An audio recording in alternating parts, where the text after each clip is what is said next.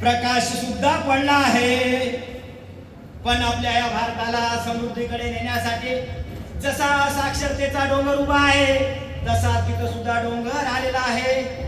आणि त्या साक्षरतेच्या डोंगरावर मात करण्यासाठी आपण नव भारत साक्षरता अभियानाची सुरुवात जोमाने सुरू केलेली आहे.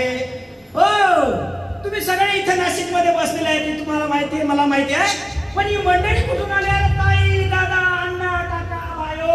आम्ही नंदुरबार जिल्हा में आलो है. नंदुरबार जिल्हा, ज्या नंदुरबार जिल्ह्याची आदिवासी संस्कृती महाराष्ट्राला नव्हे, देशाला नव्हे तर पूर्ण जगाला वेळ लावणारी अशी संस्कृती. आणि या संस्कृतीच्या दर्शनातून आपण नव साक्षरता भारत अभियानाचा प्रचार आणि प्रसार करत आहोत. ताई, तुम्ही काय आणलं आहे संस्कृती दाखवण्यासाठी? सातपुडा पर्वत हमने नंदुरबार जिल्हा में आम्हा आले हैं आणि आम्हा नंदुरबार जिल्हा पारंपरिक वारसा असलेली काठी राजवाडी ओली खूप प्रसिद्ध आहे. देश विदेश में लोग ती ओली रावता है आणि आम्हा बाद मिली ओली वालते हैं. माझ्या ताईने सांगितलं की माझ्या नंदुरबार जिल्ह्याची ती काठीची होळी ती महाराष्ट्रातच नव्हे पूर्ण देशाला प्रसिद्ध असलेली ती होळी, आणि त्या होळीचं नृत्य, त्या नृत्यातून आम्ही समृद्धीकडे जाण्यासाठी या ठिकाणी आलो आहोत. ताई, तुम्ही काय आणलेलं आहे? दादा राम राम. दादा राम राम. आये सातपुडा डोका में आली ही आम्हा सातपुडा डोका पायथ्याशी तोपती नदी होय आहे आणि ती सारंगखेडा जात्रा पोर आहे. ती भिरा राज्य में देशा में कोडे लावते हैं माहे हाती तुम्हा भी लाव जबर का आम्हा नंदुरबार जिल्हा में आने मिरची फातारी मिरची आम्हा ही खूप उत्पन्न आहे. तियाले मिरचीला द्यायचा. सातपुड्याचा महान पर्वत आणि सगळ्यांच्या तोंडाला ठसका लावणारी मिरची सुद्धा आमच्या नंदुरबारच्या संस्कृतीमध्ये येते, हे माझ्या ताईने सांगितलंय. आता हे काय काय आणलंय दुसरे ताई अजून? आम्हा नंदुरबार जिल्हा थंड ठिकाण तोरणमाळ आहे आणि दक्षिण काशी लागते तो प्रकाशाभी आहे. वा वा वा वा. ज्याला दक्षिण काशी म्हणून सगळ्यांचं लक्ष लागलेलं असतं अशा प्रकाशा गाव आणि ती तापी नदी, त्याची सुद्धा संस्कृती आमच्या नंदुरबार जिल्ह्यामध्ये, आणि त्या संस्कृतीतून आम्ही पुन्हा समृद्धीकडे जात आहोत. त्याला काय नाव आहे ना? आम्हा आदिवासी पाका सण उत्सव रहता है ओली एक ही नचते हैं अने वरड़ा में की जोड़े दिन नचते हैं. आम्हा डोंगरिया देव भी नचते हैं एक दिने. आती आम्हा पक्को खूप जाती नाचलो है. आम्हा आदिवासी कुल देवता यहाँ मोगी माता जात्रापुर है, खूप मोठं जात्रापुर आहे. तुम्ही मठा दर्शनाला लावू जहा का. या मोठी मातेच्या आशीर्वादाने आम्ही ही संस्कृती जपून ठेवलेली आहे आणि या संस्कृतीचं दर्शन आपल्यासाठी घडवण्यासाठी आलेलो आहोत. अशा त्या या मोठी मातेचं मंदिर आणि आमची ती परंपरा सुद्धा आमच्या नंदुरबार जिल्ह्यामध्ये त्या या मोठी मातेला सर्वांनी मोठी माता की. वा भाऊ वा, काय सुंदर सुंदर सांगितलं नंदुरबार जिल्ह्यात. तू ऐकलं सर्वांनी? हो, हो, हो. वा, एकीकडे तापी नदी, एकीकडे चेतक फेस्टिवल, एकीकडे देवमोगरा माता, तापी नदी, प्रकाशा, काय काय सांगावं नंदुरबार जिल्ह्याचं. आणि भाऊ, नंदुरबार जिल्ह्याला खूप छान इतिहास सुद्धा आहे. रावला पाणीचा शहीदांचा इतिहास आहे, शहीद शिरीष कुमारचा इतिहास आहे, भारी एकदम. पण याच नंदुरबार जिल्ह्याला अनेक संकट आहेत की जे सर्व जगाला माहिती आहे. अरे बापरे, हे सगळं आहे. पण काय काय प्रश्न आहेत दादा आमच्या नंदुरबार जिल्ह्यामध्ये किंवा या महाराष्ट्रामध्ये? अरे प्रश्न सर्वांना माहिती आहे. असं सर्वात पहिला प्रश्न म्हणजे असाक्षरतेचं प्रमाण. त्याच्यावर सुद्धा आम्ही बात करत आहोत. दुसरा प्रश्न आहे बालविवाह.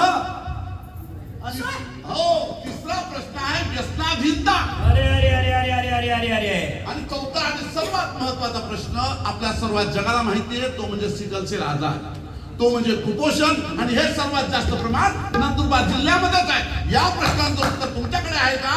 अगदी बरोबर झाला.